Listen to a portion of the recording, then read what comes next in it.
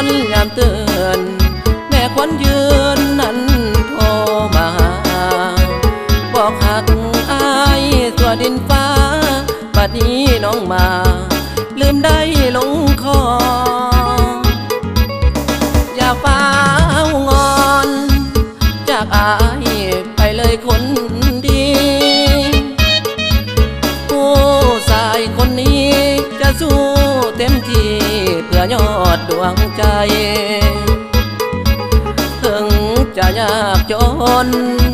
อายทนบ่ได้หวั่นไหวมีน้อ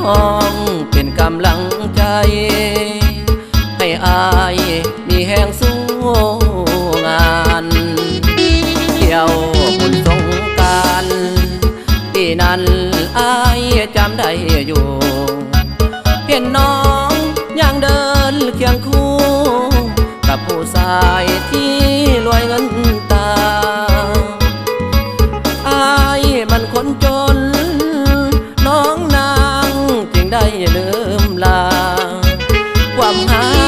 เคยให้ผ่านมาน้องการด่าสร้างมาลืมไว้บอกหูคนดีนั่นจะตัดสินใจจากหนุ่มรถไถสาวนาคืออายบ่เบื่อบ่นายหากเขาปล่อยวางน้องนางจงเต่าขึ้นมาไอ้นี้ยังรอคอยทางยังหาการด่าตัวนิรันดร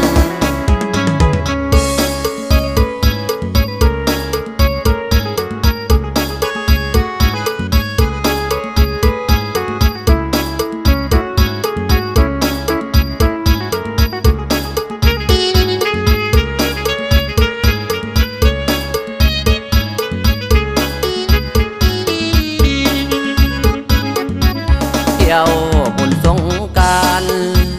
ปีนั้นอายจำได้อยู่เห็นน้องยังเดินเคียงคู่กับผู้ชายที่รวยเงินตาอายมันคนจนน้องนางจึงได้ลืมลาความหาเคยให้ผ่านมาน้องการด่าสร้างมาลืมไว้บอกหูคนดีนั่นจะตัดสินใจ